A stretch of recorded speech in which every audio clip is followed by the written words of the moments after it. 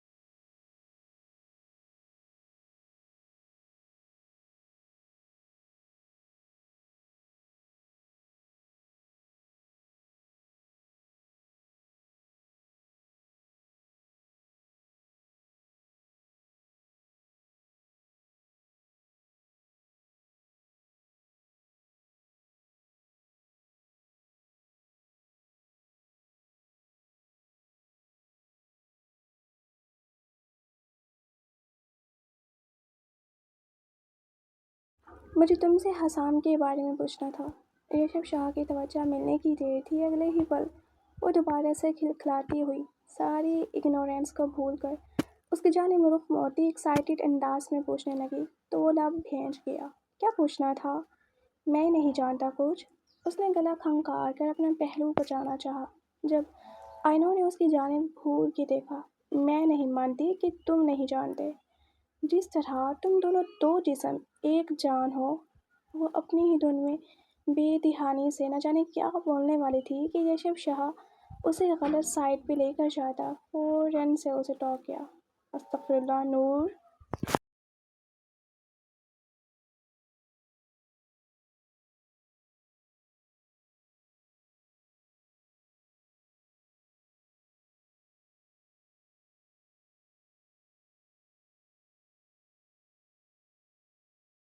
उसके मुंह से बेसाख्ता ये अल्फाज निकले थे जबकि कहका जब्त करने के लिए वो अपने लब कुचल कर आंखें फैलाए उसकी जानिब देखने लगा। मगर अगले ही पल उसे आइनोर की साकित निगाहें देखकर अंदाज़ा हुआ था कि वो कुछ गलत बोल चुका है। बेसाख्ता अपने लफ्ज़ों पे करम नवाजी की गई थी जब लफ्ज़ नूर पे उसकी अपनी जान हलक में अटकी। वेल एपिसोड छोटी है। वजह लेट लिखना स्टार्ट किया था इसलिए। लेट लिखना क्यों स्टार्ट किया था नहीं बता सकती, बस क्या था। और फिर लॉन्ग एपिसोड एडिट होने में टाइम लेती है। कल वाली एपिसोड लॉन्ग होगी इंशाल्लाह। अगर एक एपिसोड में ना कंप्लीट हुई तो 2 पार्ट्स में अपलोड करवा दूँगी। मगर फ़िलहाल इस पे गुज़ारा कर लें। अल्लाह हाफ़िज़।